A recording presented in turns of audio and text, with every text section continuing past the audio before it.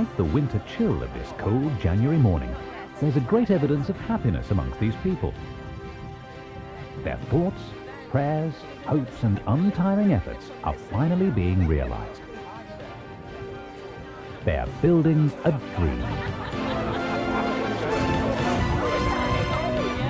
During the late 1980s, several people expressed concern regarding the lack of adequate facilities for people who were terminally ill and for whom curative treatment was no longer an option. There were several groups, both statutory and voluntary, who discussed this problem, which resulted in a greater awareness. One of the people concerned was Jean Barrow, who set up a voluntary group in an attempt to quantify the problem. At the same time, Tony Richards, the Chief Officer of St Helens and Knowsley Community Health Council, was also undertaking a study of the existing facilities. As a result of this activity, a steering committee was formed. There was a meeting in the town hall in early 1991, as a result of which a steering committee was set up under the chairmanship of Lady Kirsty Pilkington. We did a lot of preliminary work in the early stages of the steering committee. We investigated the viability of a project for a hospice. The Mayor of St Helens during 1990-1991 was Councillor Ken Cleary, who dedicated his Mayor's Charity Fund to the hospice. This raised £38,146.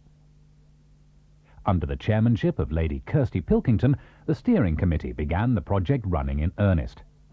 There were a lot of small events taking place in the whole of the area of the St Helens and Knowsley.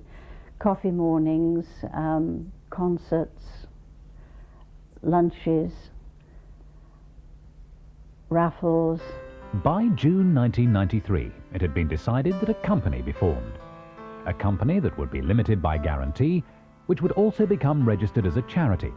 And so the steering committee was disbanded, its accounts were finalised, and more than £250,000 were transferred to the newly formed board, now recognised as the Management Council. Community action groups were developed to encourage fundraising events throughout the two boroughs that form the catchment area. Local newspapers, St Helens Star and the Reporter Group, featured photographs and articles of the many events that began to take place from week to week as they followed the progress of the hospice fundraising.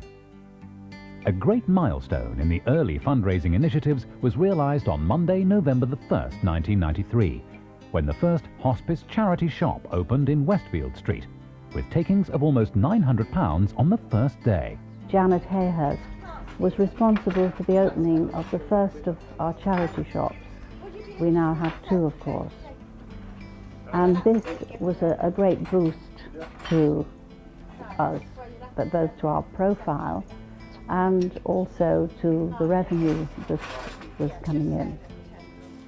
A trading company had to be formed which would assume responsibility for the trading element of the fundraising.